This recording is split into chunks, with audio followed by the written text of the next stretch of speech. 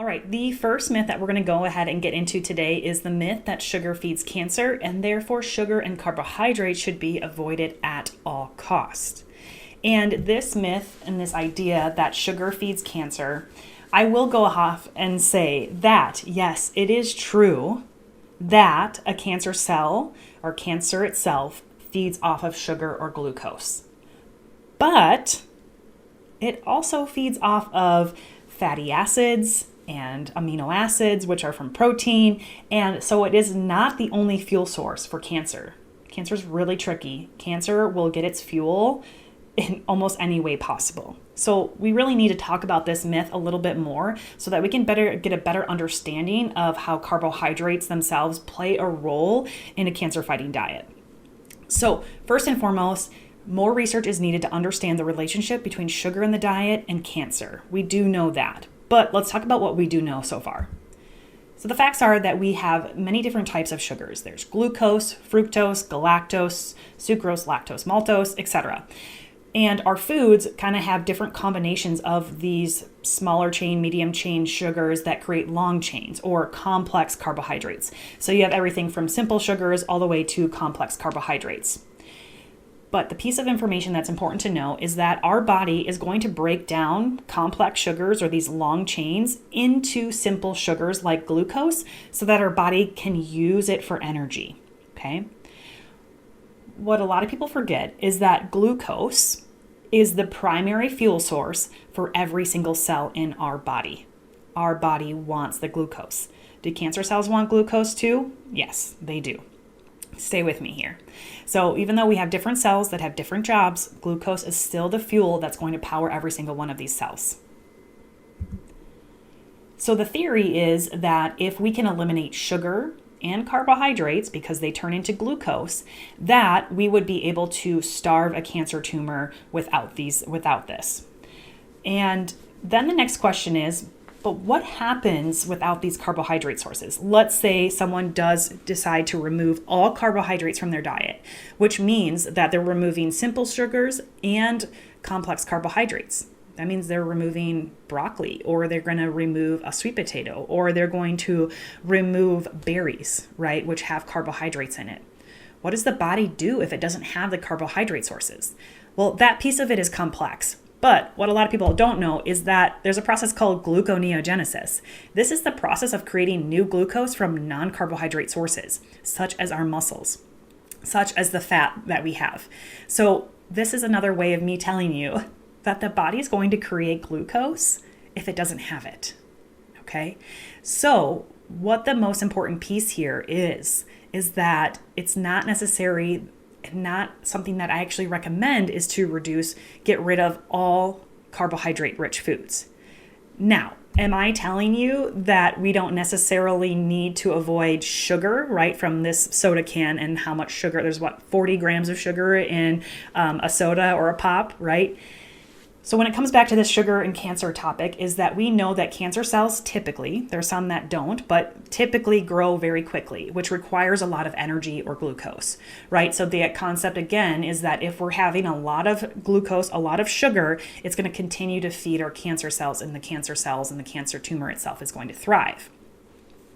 So if the cancer cells need a lot of glucose, like I mentioned before, then would cancer cells stop growing if we didn't provide the glucose? Well, it's not that simple. Because if we remove all carbohydrate-rich foods, and thus all glucose, means that we are going to lose out on a wide range of nutrients that are going to support our immune system and complement the fight against cancer.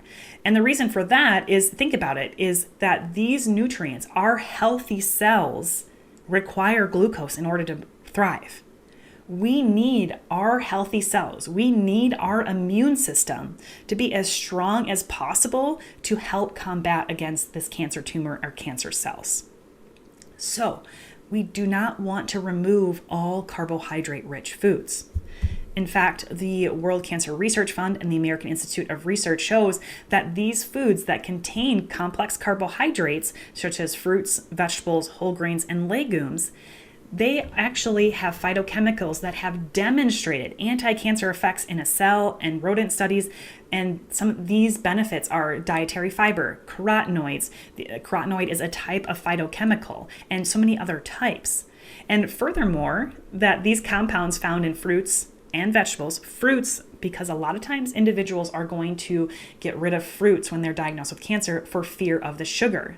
But vegetables and fruit are a very rich source of these nutrients that can help reduce cancer risk. And also there's a substantial body of evidence that shows that these compounds are anti-tumorigenic, right? Help to reduce the ability for a tumor to form in various cell models in both animal and in vitro models, right? So this is where the information is right now. Okay, we don't want to remove complex carbohydrates. Now, am I saying that we shouldn't worry about sugar then? And when I say the word sugar, in this context here, am I saying that we don't need to worry about refined sugar, white sugar, etc.? Well, no, I'm not saying that. Research shows that we need to make sure that we're focusing on aiming for whole, unprocessed foods. So that would be the fruits, vegetables, whole grains, and legumes in their most whole food form as much as possible. Because that way we can go ahead and we can get these phytochemicals, the fiber, these things that have shown in studies that we can help be anti-tumorigenic, anti-inflammatory, and so many other great benefits. Unfortunately, research shows that, especially here in the third expert report, recommends with strong and convincing evidence that sugar-sweetened beverages increases the risk of weight gain, overweight, and obesity, which unfortunately increases the risk of 13 different cancer types and is thought to believe that it increases the risk of cancers because of increased inflammation, hormones, and different growth factors. Okay, so what am I saying? I am saying that whole, unprocessed carbohydrates from fruit, vegetables, whole grains, legumes are going to be some of the best cancer-fighting properties that we have. So we don't want to get rid of all carbohydrates. Do we want to try to reduce and even eliminate, if possible, the processed, refined sugars? Yes. Okay, we know that these sugars, they have no health benefit to them, right? If we're looking at this cup of soda here, there's no nutrition value here other than the fact that it provides calories, okay? And they're pretty empty calories. And what I mean by that, there's no fiber here, there's no protein, there's no fat that is going to help satiate someone, help them feel full, because if we're getting calories from this, we're never going to be full. We're going to want more and more and more and more, which leads to overweight and obesity. And obviously this topic is a little bit more complex as well, but the bottom line is we really want to focus on making sure that we're getting a diet rich in whole grains, vegetables, fruit, and beans, and trying to make sure that they are a major part of our everyday diet. So the reason why we look at this here is that we know that these whole plant-based foods have those phytochemicals. Phytochemicals are plant-based nutrients that have shown these positive effects, such as reducing inflammation, helping to regulate hormones, preventing DNA damage, and even actually repairing DNA that has already been damaged.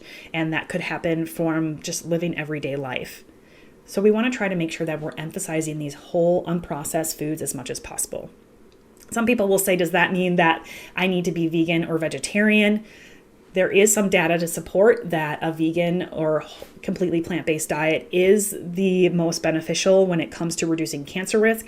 However, there's only some studies that show that. It is not with 100% conclusive evidence to show that. However, we do know that when we predominantly have the diet with whole, unprocessed foods and limited meat, processed sugars, etc., that we do have reduced risk of developing cancer.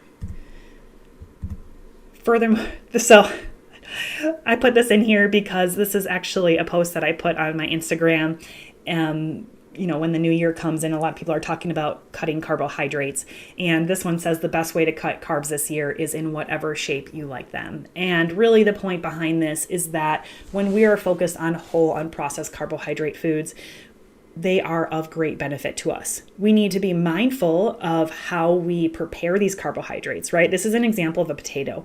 I think a potato is very much, and specifically a gold or a white potato here, is very much looked at as a non-healthful food. However, potatoes can be incredible. They're high in potassium, they're high in fiber. The problem is that what we usually do to potatoes, that's a problem. We usually deep fry them, probably remove the skin, and not really get the valuable nutrients. So the goal of this post is really to encourage people to focus on complex carbohydrates in their whole unprocessed form and keep carbohydrates in their diet, because that is what is going to fuel their body. Now, keep in mind that there is more to learn and research continues to investigate.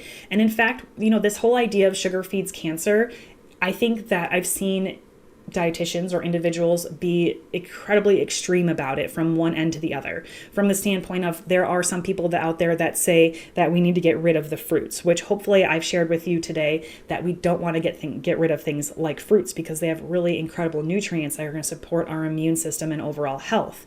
And then there's another end of the spectrum where some people say sugar doesn't feed cancer. It doesn't matter how many Snickers bars you have.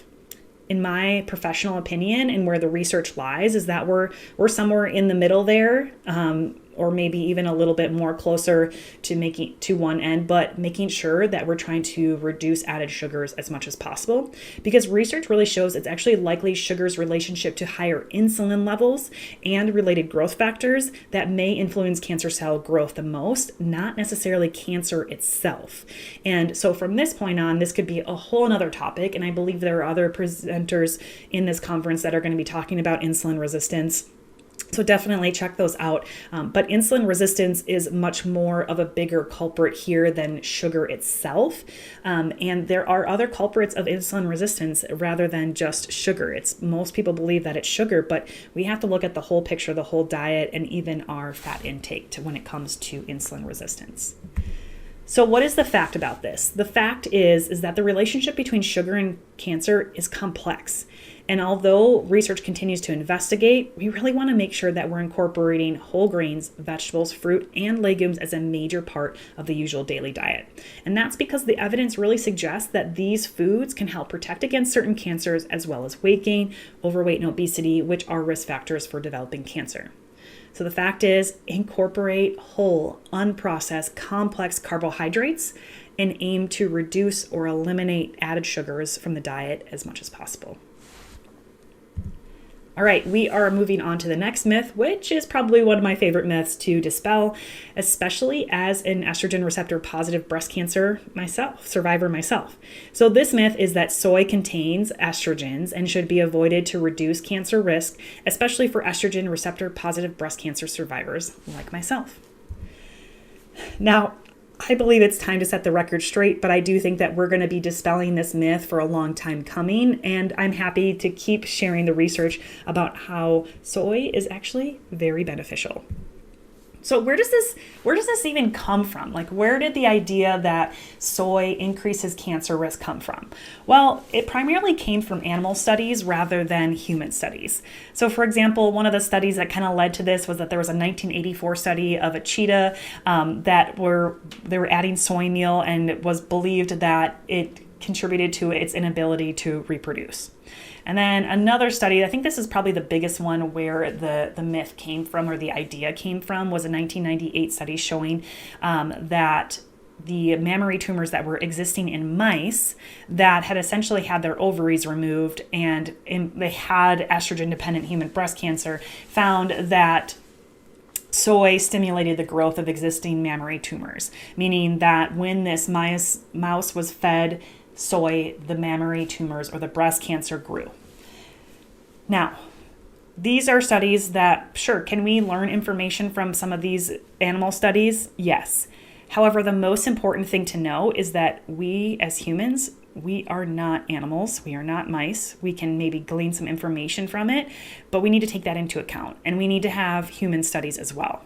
So this whole topic here is that soy is rich in something called isoflavones, which are a phytoestrogen. So a phytoestrogen is really a plant estrogen. So the whole topic of individuals that they should avoid soy is because it contains phytoestrogens, which are thought to believe to increase estrogen in the human body, especially in females. However, it's pretty safe to say that we aren't cheetahs or mice, right? So what do we actually know when it comes to humans and soy? This is where a lot of people don't know this information. The first and foremost is that we have alpha and beta estrogen receptors. So estrogen receptors are essentially, I like to think of receptors as a lock and the actual hormone like the key. So for example, we have a lock, and then which is the receptor, and we have the key, which is estrogen in this case.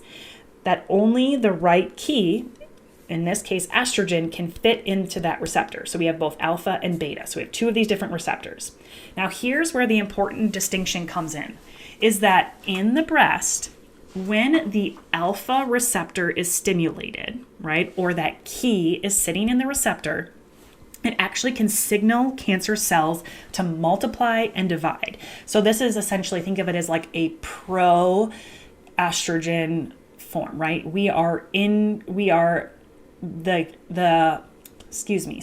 the estrogen is sitting in the receptor, in the alpha receptor, and when it sits in the alpha receptor, it can stimulate the growth of these cancer cells. Now, when we have estrogen receptor beta, it actually exerts an anti-estrogen effect, okay? Whereas it is actually essentially lowering estrogen, okay? So if you have the alpha that can stimulate cancer cells, and then the beta that is actually anti-estrogen and essentially can decrease cancer cells' ability to multiply and divide. Now, our natural human estrogen prefers to bind to alpha receptor. Okay. Now, soy phytoestrogens prefer to bind to beta. So much, in fact, that it's 1,600% more prefers to estrogen receptor beta, meaning that when we consume soy phytoestrogens, the phytoestrogens are essentially the key in this case, are going to sit in that beta receptor or that lock and exhibit anti-estrogen effects. Okay, anti-estrogen effects. So it actually reduces the effects of the estrogen. Now, in the case that perhaps the estrogen receptor, let me say that again. In the case that the phytoestrogen would sit in the estrogen receptor alpha, okay, even though it preferentially binds to beta, if it does happen to sit in alpha, it actually has 1/10 to 1/100th the signaling capacity of human estrogen, meaning that if it is sitting in this alpha receptor, it is not going to signal cancer cells to multiply and divide the way that human estrogen is going to. Okay, so this is really actually benefit when we consume soy isoflavones. Okay, let's get into the research a little bit more about that. So research has shown that intake during childhood, adolescence, and adult life was associated with reduced breast cancer risk, with the strongest, most consistent effect for childhood intake, meaning that the sooner that we start soy intake, the lower the risk reduction we have as individuals age. You know, I have 2 young girls, and they drink soy milk, they eat tofu, and as somebody who has a genetic mutation and may have passed this on to my kiddos, it actually makes me feel really good that they drink soy milk and eat tofu to help reduce their risk of breast cancer later in life. Also, there's a study done on individuals if they're on tamoxifen and also taking soy, found that those eating the most tofu and soy milk products had a 60% reduction in breast cancer recurrence than those who were consuming low amounts. So again, these individuals were taking tamoxifen, which lowers human estrogen, and also consuming soy. had reduced risk. And research actually shows that consuming just a half of a serving to 1 serving of soy per week reduced all-cause mortality by 21%, a decrease in estrogen receptor negative cancers. And I think what's really important to piece about that is everything is talked about soy when it comes to being an estrogen receptor positive cancer. However, we have some good research to show that when we are estrogen receptor negative, that we have some benefits too, right? So this isn't just for the estrogen receptor positive patients. And then we also saw a 32% reduction for ER positive cancers for individuals that might not be taking anti-estrogen therapy.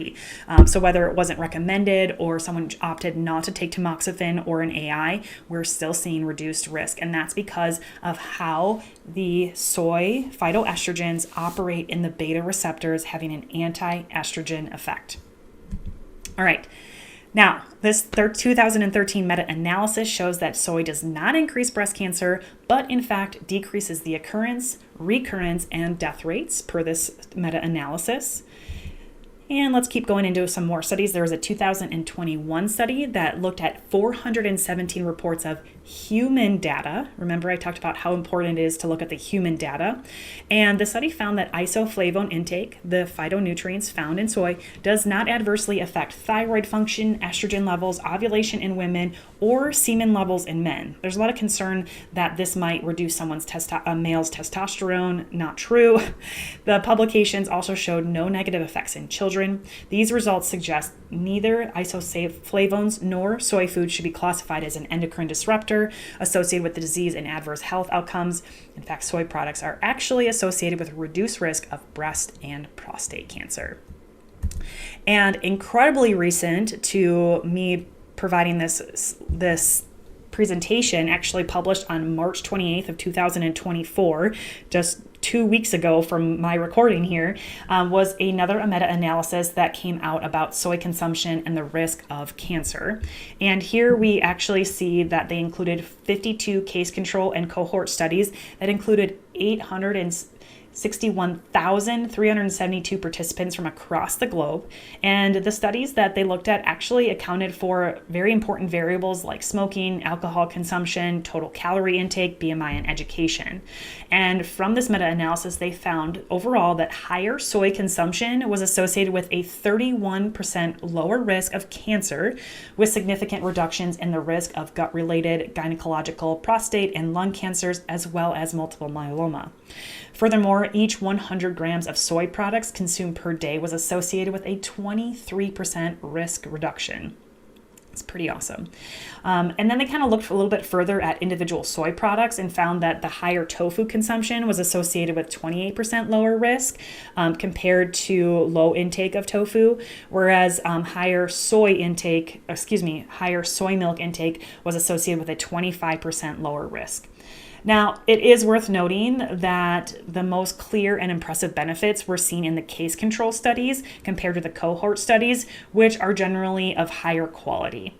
So this is just another meta-analysis that is continuing to show over and over the great benefits of soy when it comes to cancer risk. And really, from my experience, from my research, there is no risk shown by eating soy in any cancer type. So not even just breast cancer, hormonal types, it's actually shown to be risk lowering.